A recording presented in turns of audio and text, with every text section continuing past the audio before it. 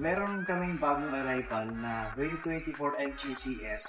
Kaya ang nakakatuwa dito, itong MGCS, nag-overlap yung year 2024. Hindi ako sure pero tingin ko lang, nag-overlap yung 2024 sa dating mga variants like yung Style, and then Alpha, then Trophy. Then itong 2024, nagkaroon siya ng Comfort tsaka Luxury. Itong dumating is Luxury. Luxury. Tingnan natin yung loob. Kasi ang laki ng pagkakaiba niya. Kumbaga upgraded version siya ng MGCS. Pero same year, 2024, nagkaroon siya ng pagbaba. Tingnan natin. Isa to. Ngayon, kung titingnan natin yung loob niya, yung Alpha ng MGCS 2024, naka-leather din naman siya. Color black. Hindi siya ganito, hindi siya color red. Alam ko pang trophy lang siya eh. Yun ang challenge sa aming mga pre-owned dealer. Kailangan naming mapamiliarize yung mga sasakyan. Kaya yung mga variants, sinaaral namin pagkadami-dami. Kaya minsan nakakalito. Kasi doon namin dinidepende yung pricing namin sa mga variants. Ngayon, itong nabili ko, nagulat ako, 2024, luxury daw, hindi siya Alpha. Pero ang Alpha at luxury, yun yung kapantay niya. Yun nga lang, mas upgraded version po ito. Kaya tingnan natin yung loob niya. Push start din siya. Yan. Yung Alpha, naka-push start din, tapos naka-touchscreen head unit. Yung Style, hindi. Pero yung 2024 Comfort, nakatumbas ng Style, naka-touchscreen head unit na din siya. Nakakita na ako. O ngayon, tingnan naman natin itong camera niya. Ayan, naka 360 degree. Same din, naka sunroof. May 3D na rin siya. Parang bird's eye view. Ayan, tapos, very sporty yung look niya. Tapos napakarami niya ng features. Tapos yung sa labas, sa may pinto, naka-smart entry na rin siya. I think ganun din ata yung Alpha. Pero kung titingnan natin yung overall, napakaganda nitong bagong ZS Luxury. Ngayon, ang nakakatawa pa sa mga MG-ZS, nakakatawa na nakakalungkot kasi underrated siya. Pero in reality, napakaganda ng mga MG-ZS. Isa to sa pinakamabenta naming mga crossover na MG. Though Chinese made siya, pero underrated siya. Napakaganda po ng mga MGCS. Na-try ko na mag-drive nito nung nag-pull out kami. And nagulat ako na yung performance niya, kahit 1.5 engine, napakaganda ng response ng throttle. Kasi ang ganda niya i-drive. Ang sarap i-drive ng mga MGZS. By the way, ito nga pala is 2024 MGZS 1.5 luxury automatic gas. Ang mileage po nito ay 5,000 only. Yan.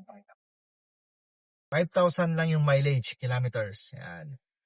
And then, 738,000 only. Ang brand new price niya is 1,088,000. Pero makukuha mo lang to dito sa Auto House at All Car Showroom ng 738,000.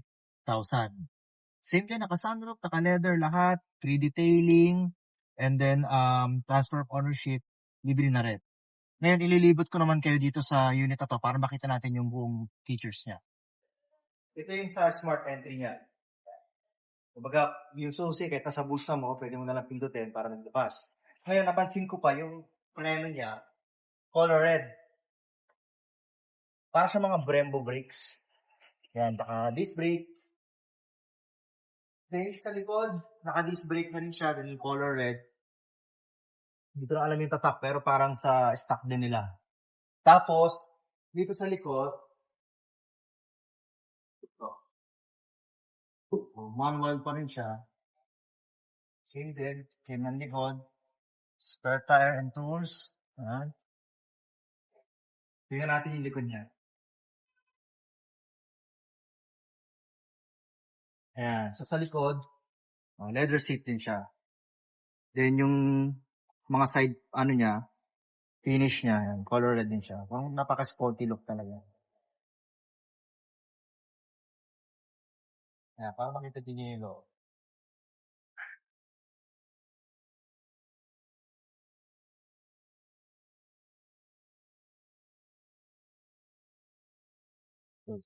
Okay, so ito, ayan, naka-DRL din siya, may pagla.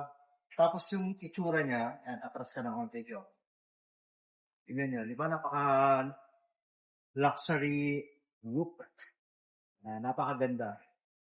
So, yun yung reason kung ba't ko sinabi na underrated siya. Kasi in reality, lalo na sa mga nakaka-appreciate ng mga auto, maganda talaga mga MGZS. Okay, so yun, sa loob, susulitin na natin sa video. Yan, naka-leather steering wheel din siya. Maganda yung finish. Yan. Tapos, again, naka 3D camera na siya.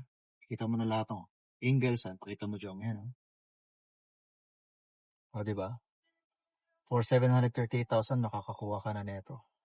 Tapos, naka-electronic power brake. Yan, may mga traction control. Digital na rin yung air conditioning system. So, lahat nandito na eh. So, okay na okay eh. So, 5-seater siya. May sunroof din. Yan. Sunroof, moonroof. Panoramic. Yan, hanggang dun sa dulo. Diba?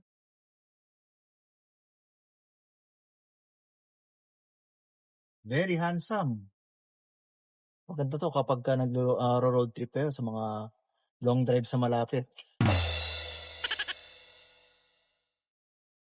Yan. So, all working. Okay na okay.